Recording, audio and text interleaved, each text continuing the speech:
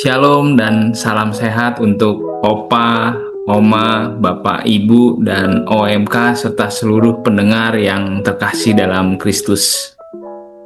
Aksi Advent Pembangunan 2025 melanjutkan isi surat Gembala Bapak Uskup tahun 2025 yang temanya mari kita wujudkan sinodalitas Gereja Keuskupan Bogor dalam membangun orang muda Katolik yang berbangga dan para lanjut usia yang ceria, sehingga kita sungguh dapat bersejarah bersama membangun dan menghadirkan kerajaan Allah di Tatar Sunda ini. Nah, waktu AAP 2025, orang muda yang menjadi subjek eksa pastoral Gereja Keuskupan Bogor. Nah, sekarang gilirannya orang tua ini yang disebut lanjut usia yang menjadi subjek dalam AAP tahun 2025. Nah, Gereja Keuskupan Bogor mengajak untuk memberdayakan orang tua atau lanjut usia dalam aksi Advent Pembangunan tahun 2025 melalui tema memberdayakan orang lanjut usia dengan reksa pastoral yang menyertakan. Nah, kalau menurut undang-undang, usia yang bisa disebut lanjut lansia adalah yang dimulai usia 60 tahun ke atas. Nah, bincang-bincang kali ini untuk pendalaman iman dewasa ada 3 pertemuan. Yang pertama, problematika orang lanjut usia, terus kemudian yang kedua itu hidup yang bermakna di usia lanjut, yang ketiga, reksa pastoral yang memberdayakan orang lanjut usia. Nah, kesempatan ini kita akan bincang-bincang nanti santai tapi serius. Saya mau ajak ngobrol-ngobrol Bapak Suprio yang sangat berpengalaman baik dalam pelayanan gereja. Nah, nanti kita sama-sama dengarkan dari Bapak Prio. Nah, oke.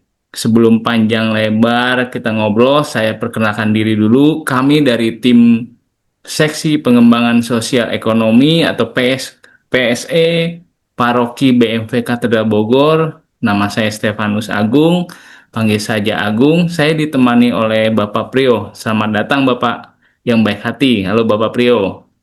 Salam Pak Agung, salam Opa, Oma, Bapak Ibu dan khususnya sahabat OMK serta seluruh pendengar yang terkasih dalam Kristus.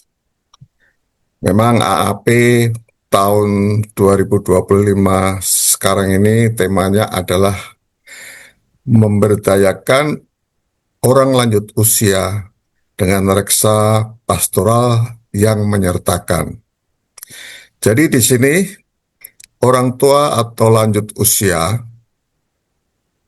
tidak sekedar terdaftar sebagai warga gereja saja, tetapi mereka mendapat perhatian dengan disertakan dalam reksa pastoral gereja.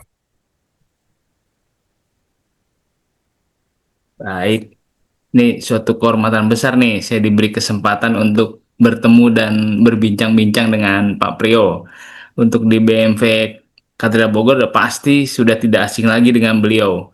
Yang penuh dengan pengalaman di keluarga pastinya sejak dulu di tempat kerja sampai usia pensiun dan pastinya pelayanan di paroki BMV Katedral. Begitu ya Bapak ya? Betul Pak Agung. Ya, Bapak, sebelum kita memulai perbincangan mengenai orang tua yang disebut lanjut usia dalam pertemuan pertama sampai dengan ketiga AAP 2025 nih malam ini kita akan bincang dari pertemuan pertama sampai ketiga. Nah, mari kita buka dulu dengan doa. Nah, doa pembukaan oleh saya ya Bapak ya. Mohon izin nih Pak. Silakan. Oke, baik. Opa, Oma, Ibu dan seluruh pendengar yang terkasih dalam Kristus, khususnya juga sahabat OMK atau pendengar yang mendengarkan acara ini, sebelum kita lanjut acara berpodcast atau bincang-bincang atau ngobrol, kita berdoa terlebih dahulu. Mari kita bersatu dalam doa. Dalam nama Bapa dan Putra dan Roh Kudus. Amin. Allah Bapa yang Maha Rahim, kami bersyukur karena Engkau telah secara cuma-cuma menganugerahkan rahmat keselamatan kepada kami. Bersyukur juga atas karunia iman yang Engkau taburkan dalam hati kami, yang senantiasa dikerjakan oleh Roh Kudus-Mu yang menghidupkan dan memandu kami untuk senantiasa dapat menanggapi undangan keselamatan-Mu. Berilah kami iman yang hidup dan hati yang senantiasa terbuka dan terarah kepadamu, serta kobarkanlah hati kami untuk merawat dan menumbuhkan karunia iman yang telah Engkau anugerahkan. Ini semua kami mohon dengan pengantaran Kristus yang bersama Dikau dan Roh Kudus, hidup dan berkuasa, Allah sepanjang segala masa. Amin. Dalam nama Bapa dan Putra dan Roh Kudus. Amin. Baik, Pak Prio, saya sudah penasaran sebetulnya nih, ingin ngobrol-ngobrol terutama dengan pengalaman dan aksi nyata dari Pak Prio yang selama ini berkiprah baik di keluarga maupun di dalam pelayanan. Nah, Bapak, seperti di awal, di prolog saya, tema aksi Advent Pembangunan tahun 2025 ini adalah memberdayakan orang lanjut usia dengan reksa pastoral yang menyertakan. Nah, saya pengen tahu singkat nih, singkat aja. Kalau menurut Bapak, apa pandangan gereja Katolik atau dalam kitab suci, siapa itu yang dimaksud orang lanjut usia? Monggo, Bapak. Ya Pak Agung, dalam kacamata orang beriman, usia tua itu bukan usia pensiun. Hmm. Istilah pensiun hanya digunakan untuk karya-karya praktis duniawi, tetapi tidak untuk proses iman. Nah, proses iman berlangsung seumur hidup karena keseluruhan hidup adalah situasi pensiaran dan pengudusan diri Hmm. yang berlangsung terus-menerus. Hmm. Usia tua justru seharusnya merupakan puncak pesiaran dan pengudusan hidup. Ibarat perjuangan seorang pelari dalam sebuah lomba. Hmm. Usia tua adalah estafet terakhir, tahap mendekati garis akhir dari seluruh perjuangan. Masa di mana orang mencapai kemenangan rohaninya. Seperti tertulis dalam surat Paulus kepada Timotius ayat 12, yaitu pasal 6 ayat 12. Bertandinglah dengan benar dalam pertandingan iman, dan rebutlah hidup yang kekal. Untuk itulah engkau telah dipanggil, dan telah engkau ikrarkan ikrar yang benar di depan banyak saksi.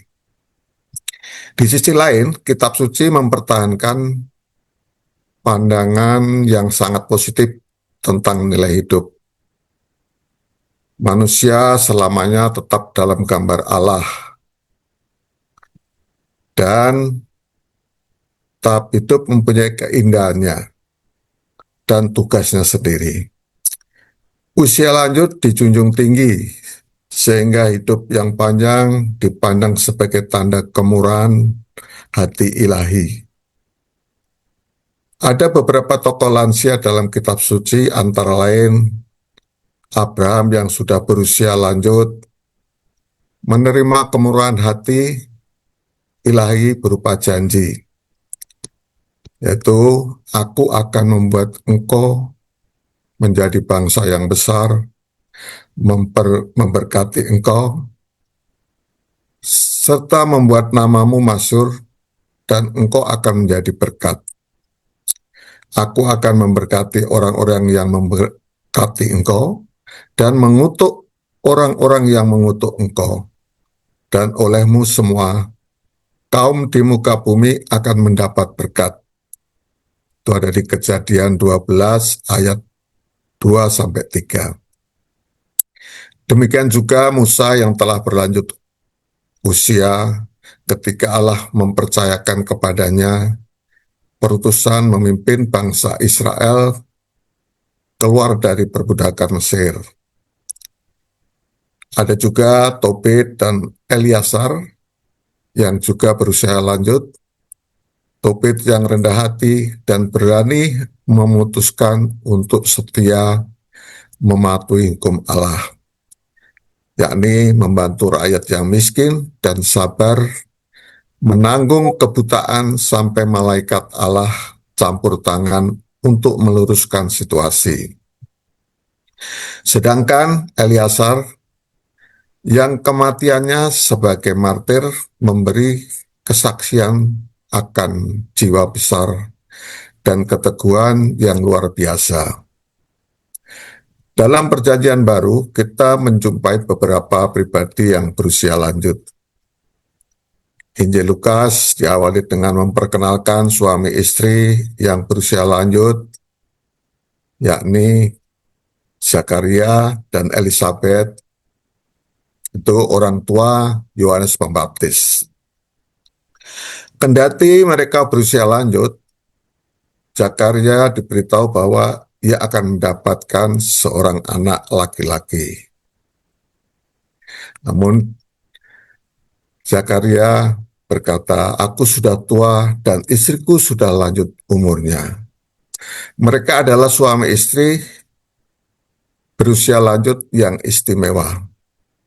Ada juga Simeon yang berusia lanjut, sudah lama sekali mendambakan Al-Masih. Ketika ia menerima kanak-kanak Yesus ke dalam tangannya, ia memuji Allah dan menyerukan pujian. "Sekarang, Tuhan, biarkanlah hambamu ini pergi dalam damai." Di samping itu, Simeon juga ada kita temukan Hana, seorang janda yang berusia 84 tahun. Ketika ia memandang Yesus, ia mengucapkan syukur kepada Allah.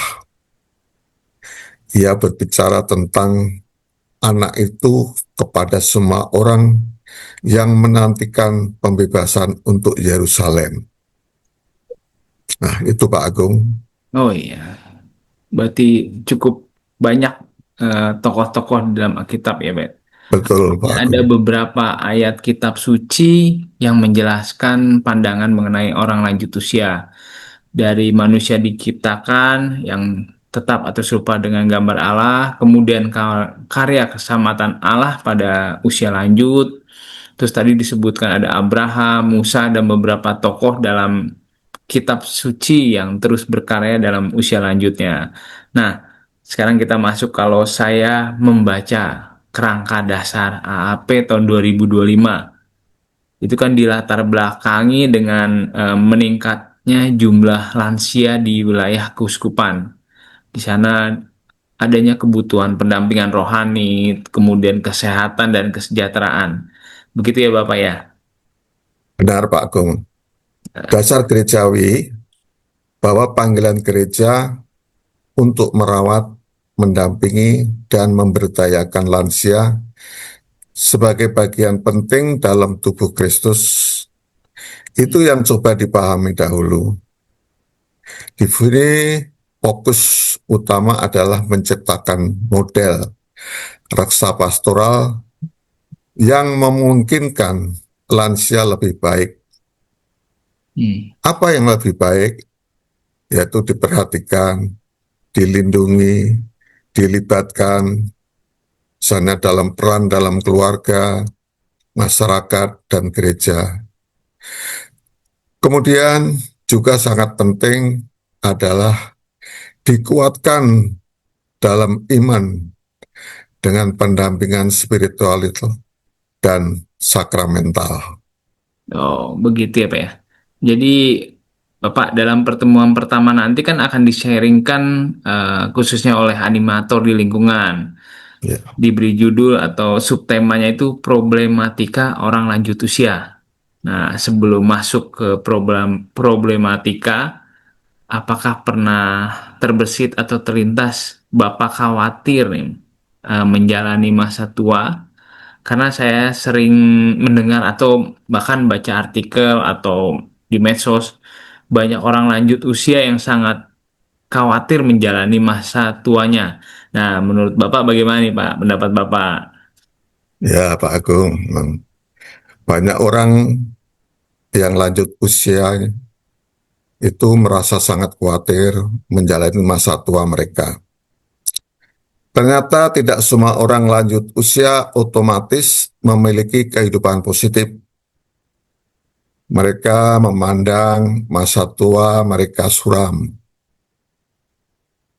Alih-alih merasa bahagia dan penuh semangat, mereka justru dihinggapi berbagai perasaan negatif.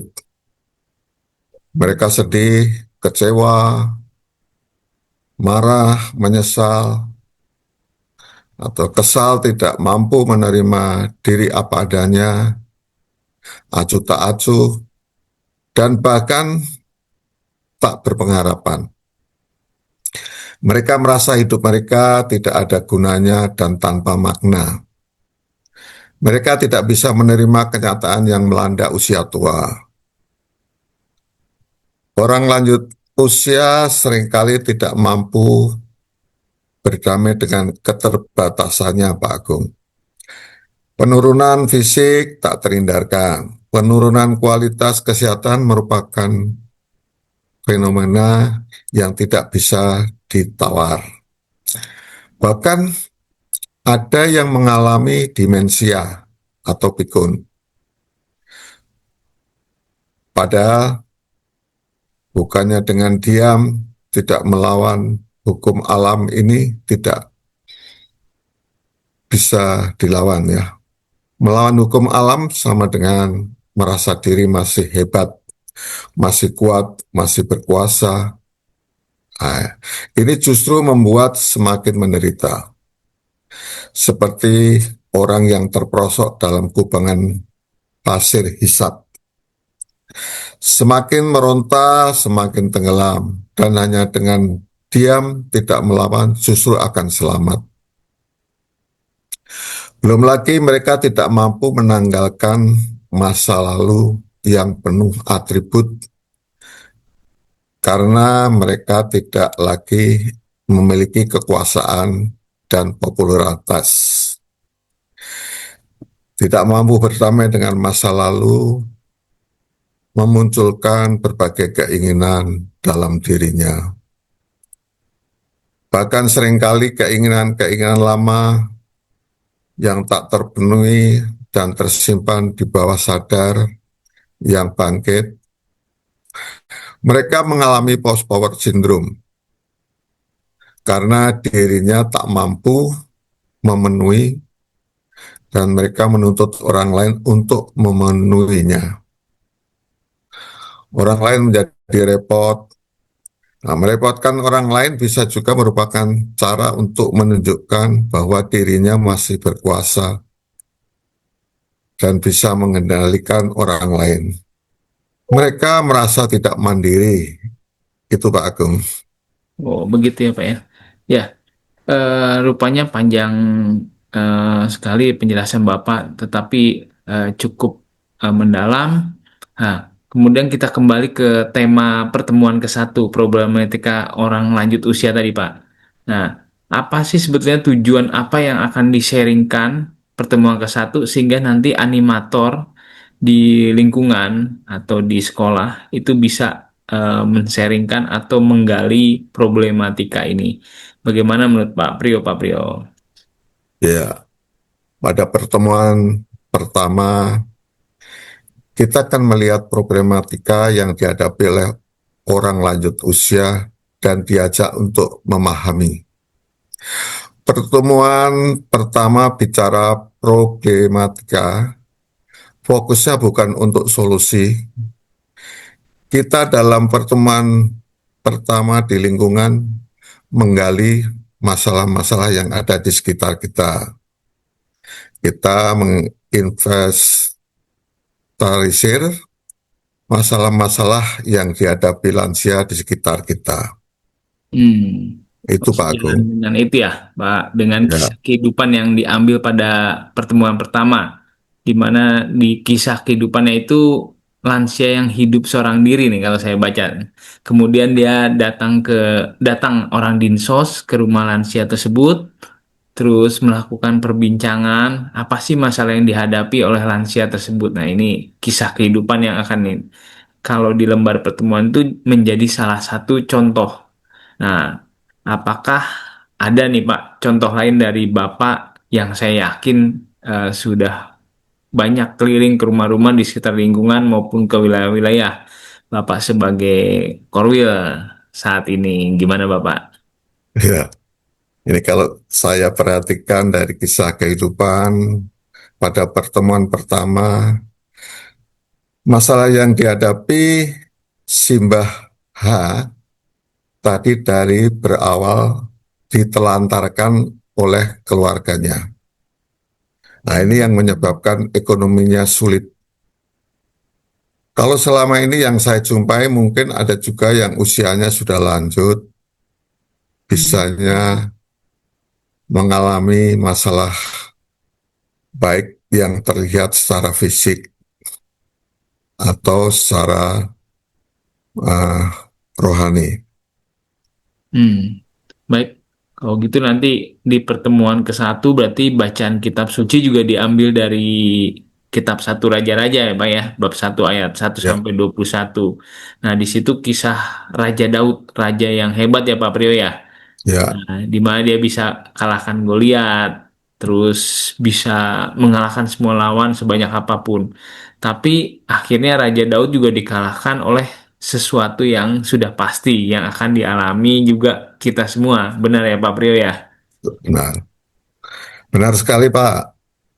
Sesuatu yang pasti, ya salah satunya menjadi tua. Hmm, Selain kematian ya Pak Agung. iya iya.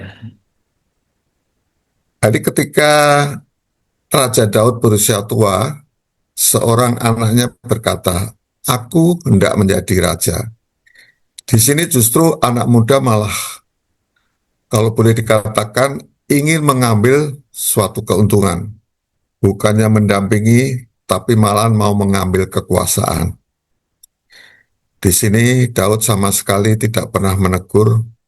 Bahkan kalau kita baca pada ayat, tidakkah engkau mendengar bahwa Adonia anak Hagit telah menjadi raja, sedangkan Daud tidak mengetahuinya. Ini berarti Raja Daud yang sudah tua bukan hanya disingkirkan, tapi dijauhkan dari informasi apapun. Nanti bisa dibaca kembali pada bacaan kitab suci, Pak Agung. Oh iya, iya iya. Baik Pak. Jadi kalau boleh saya tambahkan sedikit, berarti masa tuanya Raja Daud itu yang mengalami kelemahan fisik. Jadi butuh seseorang dan hanya berharap nantinya bergantung pada keluarganya. Nah, tapi justru keluarganya bukan peduli atau dampingi, malah mau ambil kesempatan. Nah, artinya untuk pertemuan pertama ini fokus utamanya tadi di inventarisir dulu permasalahan yang muncul ya Pak ya. Iya, Pak. Jadi kita kumpulkan masalah-masalahnya dulu, nggak usah bahas solusinya di lingkungan masing-masing. Apa Nah, yang baik. terjadi. Iya, baik Pak. Semoga para pendengar bisa memahami pertemuan pertama akan diarahkan kemana, nah, oleh animatornya. Nah, baik, kita coba kulik lagi nih pertemuan yang kedua. Pertemuan kedua tadi dengan subtema hidup yang bermakna di usia lanjut. Nah, Bapak Prio, sebetulnya tujuan pertemuan kedua ini apa yang akan dicapai atau dibahas dengan subtema hidup yang bermakna di usia lanjut? Ya, tujuan pertemuan kedua, kalau dilihat dari subtemanya adalah agar umat memahami hidup di usia lanjut. Itu harus tetap atau bisa bermakna dari pastinya tetap berkarya, bukan datar-datar saja atau malahan berhenti. Ini menurut saya juga tugas kaum muda terutama keluarga untuk menyertai lansia, mendampingi lansia. Nanti di lingkungan atau di kelompok-kelompok yang membahas pertemuan kedua, kita akan mencoba mendalami bagaimana idealnya memaknai hidup di masa tua agar saya atau para pendengar, Bapak Ibu yang sudah dikategorikan lansia, mampu menjalani masa tua dengan bijak. Oh, ya. Gitu, Pak. Berarti sedikit mengulang arti kata bermakna nih, Pak.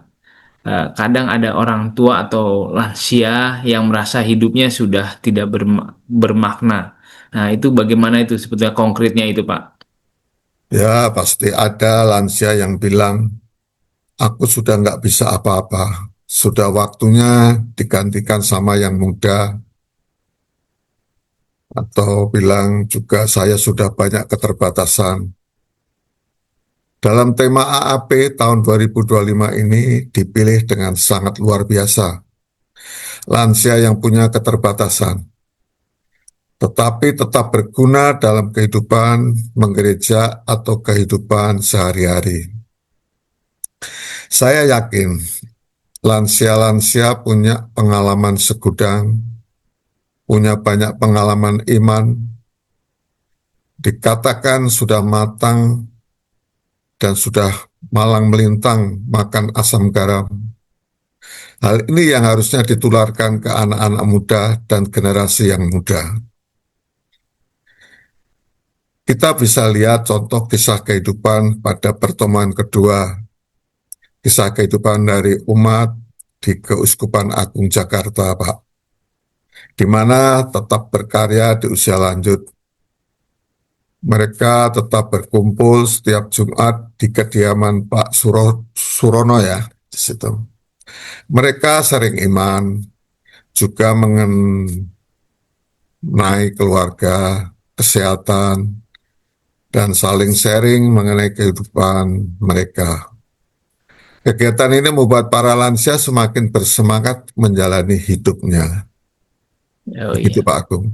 Ya, itu di kisah kehidupan yang pertemuan kedua ya. Ya, Kemudian ya, dikaitkan dengan pertemuan kedua dikaitkan dengan bacaan kitab suci. Nah, ini bacaan kitab suci ini dari Lukas 1 ayat 5 sampai 25. Nah, Pak Bapak pasti sudah membacanya. Nah, apa benang merahnya menurut Bapak nih dari kisah kehidupan dan juga dengan dikaitkan dengan bacaan kitab suci? oh Monggo, ya, Pak. ya. Ya, dalam kisah kehidupan di paroki Salib Suci, di sebuah lingkungan Santo Vincentius, mereka merasakan hidup bermakna. Dan Zakaria yang sudah lanjut usianya tetap dipakai Allah sebagai imam untuk melayani di bait suci. Bahkan Zakaria dan Elizabeth di usia yang lanjut dikaruniai seorang anak.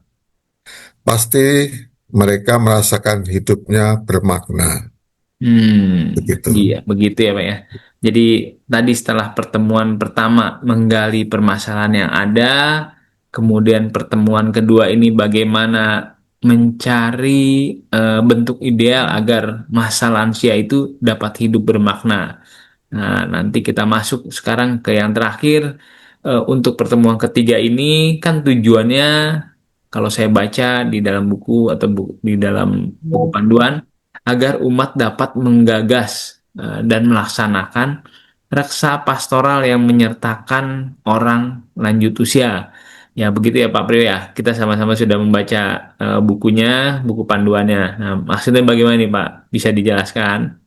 Ya, dalam pertemuan ketiga ini lebih mengarah kepada aksi nyata, Pak.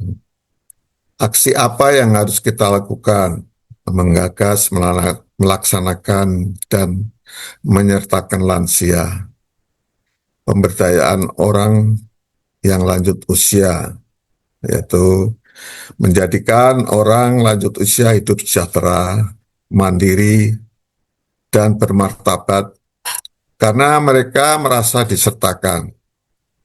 Hal ini tentu saja tidak mudah, dibutuhkan dukungan yang kuat dari keluarga, bahkan lingkungan tempat tinggal mereka, memberdayakan orang lanjut usia dalam AAP 2025 kiranya bisa mengadaptasi 5 poin dalam Peraturan Presiden Nomor 8 Tahun 2021, yaitu peningkatan derajat kesehatan dan kualitas hidup orang lanjut usia, peningkatan perlindungan sosial, menciptakan komunitas dan lingkungan yang ramah, penghormatan, perlindungan dan pemenuhan terhadap hak mereka untuk bisa menjadi aksi nyata AAP 2025. Harapannya, orang lansia akan menjadikan diri mereka alkemis terhadap masa tuanya. Mereka mampu mengubah masa tuanya menjadi masa emas dan menjalaninya dengan ceria. Masa tua sebagai masa tersuram tidak ada dalam kamus mereka. Mereka berjalan sebagai siarah pengharapan di masa tuanya. Mereka memberdayakan umat lansia dengan cara misalnya mempromosikan kesehatan fisik dan mental setiap bulan, berkumpul untuk mendapat informasi kesehatan. Ada juga kegiatan rohani, kunjungan, tetapi semua hal yang membuat orang yang turut serta terutama lansia senang. Kalau kita perhatikan kisah kehidupan di pertemuan ketiga ini, Pak Agung, mengambil kisah kehidupan tentang bina iman lansia di Paroki Santo Fransiskus Asisi Sukasari Bogor. Nah, diharapkan aksi nyata itu dimulai dari lingkungan kita masing-masing. Apakah kita sudah menyertakan umat lansia dalam setiap kegiatan yang disesuaikan dengan kondisi lansia? Misalkan pertemuan lansia di lingkungan, yaitu bicara tentang kesehatan, kemudian mental, emosional, sosial, dan finansial.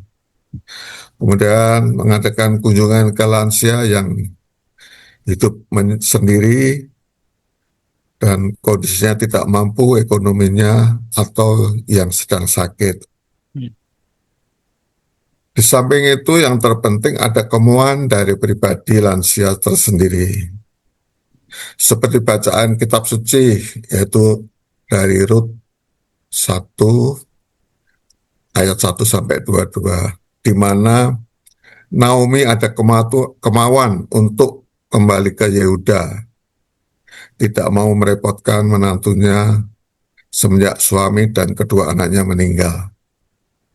Naomi punya harapan masih ada kerabat maupun teman-temannya sehingga tidak merasa sendirian bila kembali ke Yehuda. Demikian pula gereja kita sebenarnya sudah banyak wadah ya. Di situ ada kelompok personal yang anggotanya lansia, juga ada PLB yang hampir sebagian berusia lanjut.